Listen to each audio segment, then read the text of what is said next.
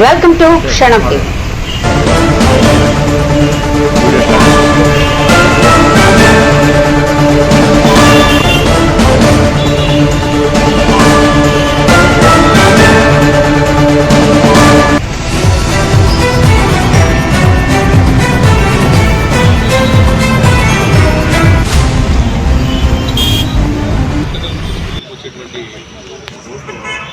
Railway bridge దగ్గర ముత్తూరు లక్ష్మీనారాయణ హత్య కేసులో ఇప్పటికీ మనం 2వ తారీఖున గౌస్య, రాజేష్ అండ్ సౌభాగ్యాలను అరెస్ట్ చేసి కోర్టుకు పంపడం జరిగింది.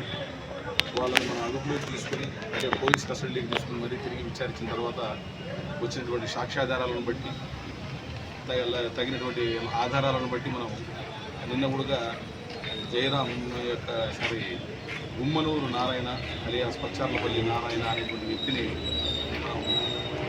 దీంట్లో ఇన్వాల్వ్మెంట్ గుర్తించి అరెస్ట్ చేసి నిన్ననే రిమాండ్ పంపడం కూడా జరిగింది. సో తదనుగుణంగానే మిగిలినటువంటి ముద్దాయిలను కూడా ఈరోజు ఉదయం మనకు 6 గంటలకు సమాచారం వస్తే 7 మంది ముద్దాయిలు మనకు పలానా ప్లేస్లో ఉన్నారని కేసులో ఆధారం వస్తే మనం పెంచల్పాడు క్రాస్ దగ్గరికి పోయి ఆ 7గురిని అదుపులోకి తీసుకొని విచారించి వాళ్ళ యొక్క పాత్రను దీంట్లో నిర్ధారించుకున్న తర్వాత అరెస్ట్ చేసి వారు చెప్పినటువంటి అంశాల ఆధారంగా ఆ రోజు ఏదైతే మనం హత్యలో వాడి హత్య ఆయుధం అయినటువంటి మన వేట గొడవల్ని కానీ లేదంటే ఇనుప పైపులు కానీ ఎక్కడైతే పారవేశారో కూతూ ఊరవకొండకు కూతూ ఆ రోజు అంటే పారిపోయేటప్పుడు హత్య జరిగిన తర్వాత పారిపోయేటప్పుడు ఒక చోట అంటే ఎవరికి కనబడుకోకుండా ఒక పుల్ల పొదల్లో వేసి అయిపోయారు. ఆ ప్లేస్కి తీసుకెళ్ళి ముద్దాయిలు తెచ్చి చూపమని చెప్తే వాళ్ళు తీసుకొచ్చి ఆయుధం మా దగ్గర రిలీజ్ చేశారు. కనబడిన తర్వాత వాటిని స్వాధీనం చేసుకున్నాం. తద్వారా తర్వాత మళ్ళీ తిరిగి వారు చెప్పినటువంటి సాక్ష్యం ఆధారంగానే వాళ్ళు చెప్పినటువంటి న్యూస్ ఆధారంగా ఏదైతే ఆ రోజు హత్యలో వాడారో అంటే రవాణా కోసం ఒక మోటార్ సైకిల్ కూడా వాడారు.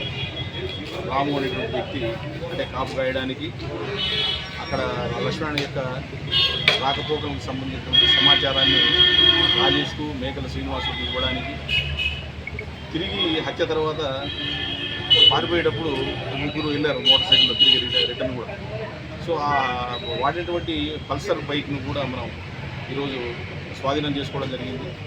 సో దీంట్లో ఈ 7 మంది ముద్దాయిలు మేకల శ్రీనివాసులు కావచ్చు, ట్రిప్పర్ డ్రైవరు సారాయి పెద్దయ్య ఇతనే ప్రధాన నిందితుడుగా మనకు తెలియదు. ఎందుకంటే ఆ రోజు పడిన తర్వాత మేకల శ్రీనివాసులు టిప్పర్తో గుద్దిన తర్వాత పడిపోయింది. బట్ పక్కనే ఉన్నటువంటి పొలంలో ఉన్నటువంటి సారాయి పెద్దయ్య, గోవిందు, మనోహర్ అనేటువంటి వ్యక్తులు వచ్చి చూసుకొని వడ్డీ నవీన్ తలుపులు పగలగొడితే అంటే వైర్ పైప్తో పగలగొడితే పెద్దయ్య కూడా కత్తితో అతన్ని ముదురు లక్ష్మణాన్ని పలుమార్లు నరకడం జరిగింది. చనిపోయాడని నిర్ధారించుకున్న తర్వాత పబ్లిక్ ఇంకా ఎక్కువ అవుతున్నారు, పాసర్స్ రోడ్డు మీద పోవాలని చెప్పేసి అన్న తర్వాత ఒక ముగ్గురు మోటార్ సైకిల్ మీద పారిపోతే మిగతా ఒక 5 మంది దీంట్లో కారులో పారిపోయారు. సో మనం ఇంతకుముందు అరెస్ట్ చేసినా కానీ ఈరోజు ఉన్నటువంటి మిగిలినటువంటి ఏదైతే ఉన్నారో 7 మంది ముద్దాయిల్ని మనం ఈరోజు అదుపులోకి తీసుకొని మేకల శ్రీనివాసులు, సారాయి పెద్దయ్య, బోయ గోవిందు, బోయ రాము అంటే కర్రె రాము ఇతనే మన మోటార్ సైకిల్ వాడుకొని సమాచారం అందించిన వ్యక్తి, వడ్డే నవీన్ ఇనుప పైపుతో వాళ్ళ అద్దాలు పలుకొట్టిన తర్వాత మళ్ళీ తల మీద కొట్టినటువంటి వ్యక్తి, జీర్ల ధనంజయ, దొడ్ల మనోహర్ వీళ్ళు మన వైటీ చెరువు గోవింద్తో పాటు రోడ్డు మీద ఎవరు రాకుండా జనాలను అక్కడికి అడ్డుకున్నటువంటి. సో ఈరోజు మనం 7 మందిని కూడా మనం అరెస్ట్ చేసి ఇప్పుడే కోర్టుకు పంపుతా ఉన్నాం.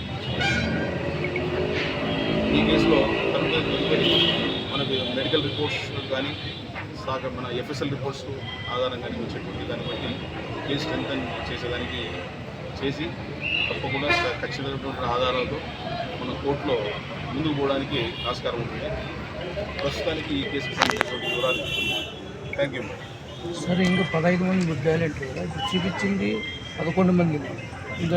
నలుగురిది ఆల్రెడీ ఎలాంటి సాక్ష్యాలు ఆధారాలు లేవు అని చెప్పేసి కనపరిచేటువంటి ఆ ఎఫ్ఐఆర్ లో కనపరిచిన వ్యక్తుల యొక్క పాత్ర ఆల్రెడీ ఎలాంటి సాక్ష్యాలు కానీ ఆధారాలు కానీ లేవు. ఎవరైనా సాక్ష్యాలు ఆధారాలు ఏమన్నా ఉన్నాయని చెప్తే మేము స్వీకరించడానికి సిద్ధంగా ఉన్నాము, ఫర్దర్ ఇన్వెస్టిగేషన్ చేయడానికి సిద్ధంగా ఉన్నాము.